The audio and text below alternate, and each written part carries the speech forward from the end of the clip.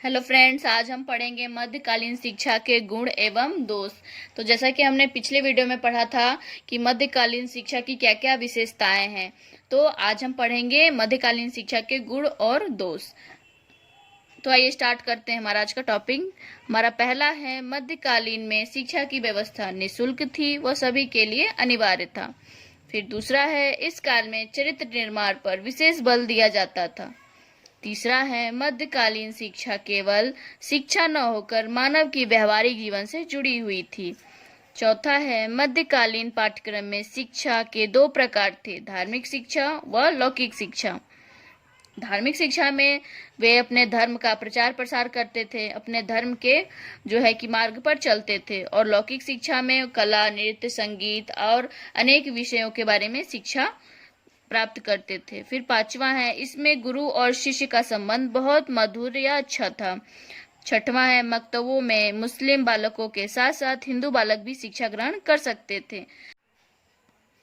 हमारा सातवां है, इस काल में तर्कशास्त्र के क्षेत्र में योग्यता रखने वाले छात्र को फाजिल पद और धर्मशास्त्र के क्षेत्र में योग्यता रखने वाले छात्र को आलिम पद तथा दर्शन साहित्य के क्षेत्र में योग्यता रखने वाले छात्र को काबिल की उपाधि दी जाती थी।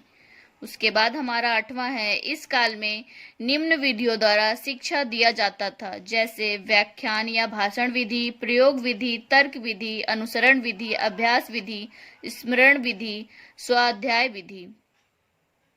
फिर हमारा नौवां है, इस काल में व्यवसायिक शिक्षा पर पर्याप्त ध्यान दिया गया था, जैसे चित्रकला, सुनारगिरी, वस्त्र बनाना, दरी और पर्दे बनाना, अस्त्र शस्त्र बनाना, दर्जी का काम, जूता बनाना, मलमल तैयार करना आदि काम सिखाए जाते थे।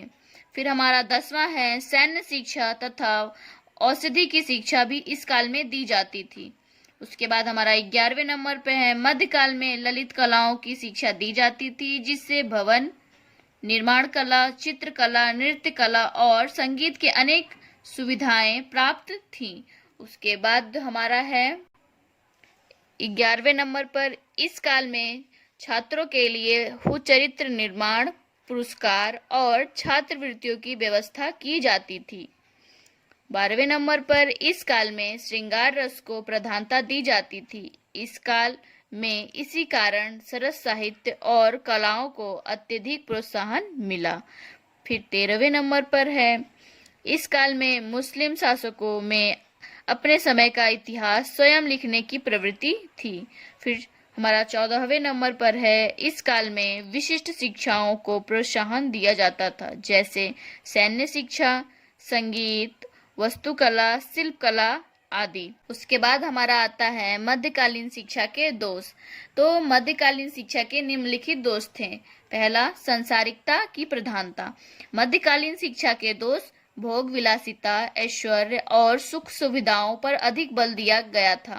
संसारिकता की प्रधानता थी, इसलिए विद्यार्थियों का ध्यान भी आध्यात्मिकता से हटकर संसारिक भोग और विलास में लग जाता था। फिर दूसरा है, धार्मिक कट्टरता। मध्यकाल में शिक्षा के द्वारा इस्लाम धर्म जनसाधारण की शिक्षा का अभाव के प्रचार पर ही बल दिया जाता था, इसलिए व्यक्तियों में धार्मिक और मनोवैज्ञानिकता कट्टरता फैलने लगी। इससे समाज में सांप्रदायिक सौहार्द पर प्रतिकूल प्रभाव पड़ा। तीसरा है, शिक्षा केंद्रों का अस्थायित्व। विद्यालयों की स्थापना, लेखन व पाठन में समन्वय का और संचालन का उत्तरदायित्व धनी व्यक्तियों के ऊपर निर्भर था। इसके अभाव के कारण धनी व्यक्ति की मृत्यु के साथ ही प्राय विद्यालय भी बंद हो जाता था। इस कारण बालकों की शिक्षा व्यवस्थित रूप से नहीं चल पाती थी। फिर हमारा चौथा है, जनसाधारण की शिक्षा का अभाव। मध्यकाल में धनी व्यक्ति ही विद्यालयों की स्थापना करते थे, इसलिए पर्याप्त संख्या में विद्यालयों का अभाव था।